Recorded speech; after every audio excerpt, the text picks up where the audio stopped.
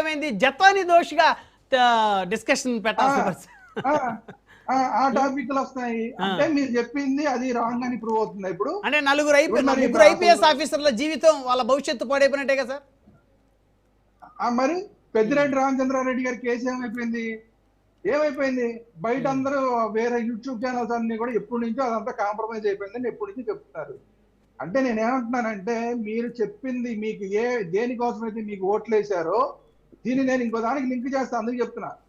మీకు దేనికోసం అయితే ప్రజలు ఓట్లు వేశారో అది ప్రూవ్ చేయడంలో మీరు ఫెయిల్ అవుతున్నారు.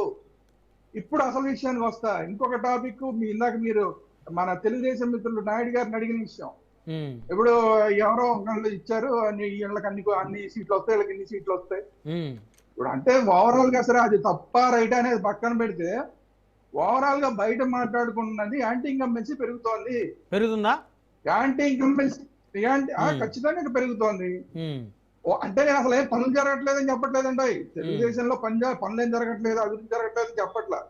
కానీ మీకెందుకని ఓట్లు వేశారో అది చేయడంలో మీరు విఫలమవుతున్నారు. ఇప్పుడు నేను చెప్తున్నా కదా, ఇదంతా జత్వానీ కేసా, పెద్దిరెడ్డి రామచంద్రారెడ్డి కేసా, ఇప్పుడు ఈ లెక్కర్ కేసా, లేదంటే ఇసుక కేసులా, లేదంటే ఇప్పుడు అప్పుడు లిక్కర్ అని చెప్పారు, ఇప్పుడేమో ఎమ్మెల్యేలు అందరూ లిక్కర్ దాంట్లో మునిగి తేలుతున్నారు.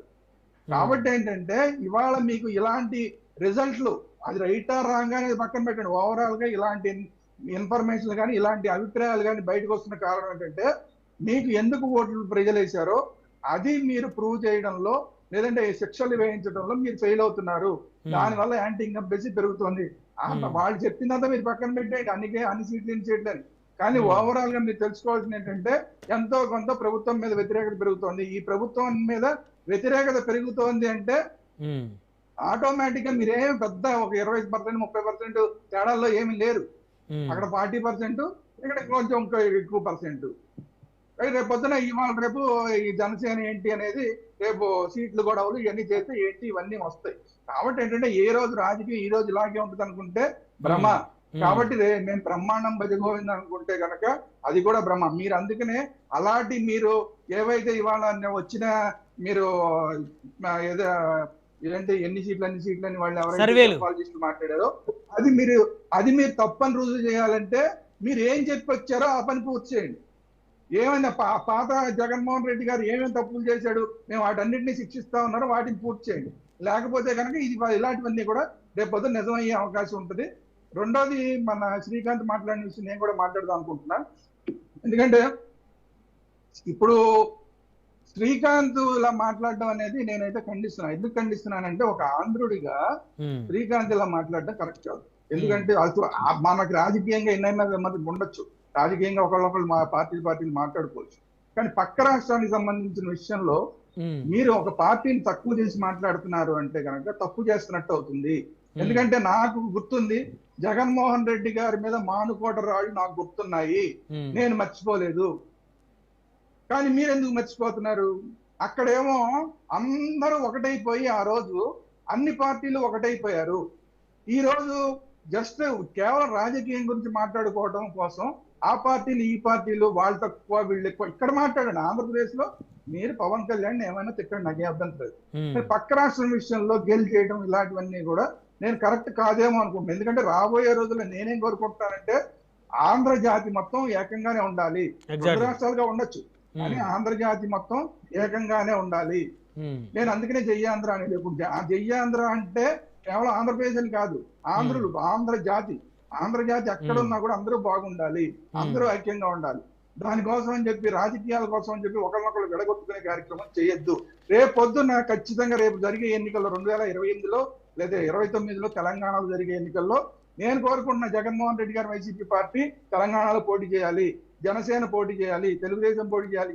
ఏ పార్టీలు ఉంటే ఆ పార్టీలన్నీ కూడా తెలంగాణలో ఖచ్చితంగా పోటీ చేయాలి. ఎవరికి సత్తా ఏంటనేది ప్రజలు నిర్ణయిస్తారు, ఎవరికి ఓట్లు వేయాలనేది ప్రజలు నిర్ణయిస్తారు. ఎస్, మన బీఆర్ఎస్ పార్టీ పోటీ చేయలేదా? ఏపీలో ఆఫీస్ పెట్టలేదా? పెట్టారు కదా,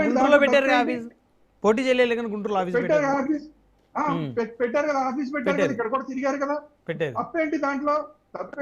నేను అదే కోరుకున్నా, బీఆర్ఎస్ కూడా ఆంధ్రప్రదేశ్ లో పోటీ చేయాలి, మిగతా వాళ్ళు ఎవరన్నా వాళ్ళు కూడా పోటీ చేయాలి. అంతే తప్ప ఈ రాజకీయం కోసం అని చెప్పి పక్క రాష్ట్రంలో మీరు అట్లా ఇట్లా అని ఎగతాళి చేయదు దయచేసి. ఇది నా ఉద్దేశం.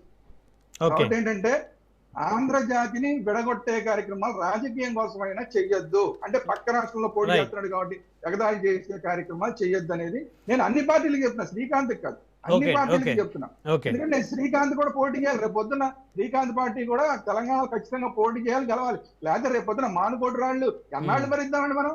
మానుకోటి రాళ్ళు ఎందుకు మర్చిపోవాలి మనం? అవును. ఎందుకు మర్చిపోవాలి? ఉమ్. అది కొంతమంది చేసిన వ్యవహారం. ఈ రోజు కూడా కొంతమంది యూట్యూబర్లు రోజు రౌండ్ టేబుల్ పెట్టి ఆంధ్రోడు అని తిడుతున్నారు. ఈ రోజు కూడా ఇప్పుడు కల్వకుంట్ల కవిత లాంటి వాళ్ళు ఎప్పటి నుంచో సెటిల్ అయిపోయిన ఆంధ్రులకి ఈ రోజు కూడా ఉద్యోగాలు ఇవ్వడానికి వీల్లేదు హైదరాబాద్ లో అంటారు, రాష్ట్రం విడిపోయిన తర్వాత కూడా. ఉమ్. ఇలాంటి అన్యాయాలు జరుగుతుంటే ఉమ్. మనం వాటన్నిటిని పట్టించుకోకుండా, అక్కడ ఉన్న మన వాళ్ళని పట్టించుకోకుండా కేవలం రాజకీయాలు మాట్లాడుకుంటూ కూర్చుంటే కనుక మన వాళ్ళకి మనమే అన్యాయం చేసిన వాళ్ళు అవుతాం. Right, right. ఆంధ్రలో ఇక్కడ ఆంధ్రప్రదేశ్ లో ఉన్న వాళ్ళు బాగుండాలి, తెలంగాణలో ఉన్న వాళ్ళు బాగుండాలి. అందరూ రాజకీయంగా అన్ని చోట్ల పోటీ చేయాలి. ప్రజలు నిర్ణయిస్తారు ఎవరు Exactly. ఎక్కడ గెలవాలి ఏంటనేది ప్రజలు నిర్ణయిస్తారు తప్ప నువ్వు ఇక్కడికి రావడానికి వీల్లేదని ఎవడు మాట్లాడినా ఆడు మాడి పగలు కొట్టాలి. Right, right. శ్రీకాంత్ గారు, జ్వాలాపురం శ్రీకాంత్ గారు, కారుమూరి నాగేశ్వరరావు గారి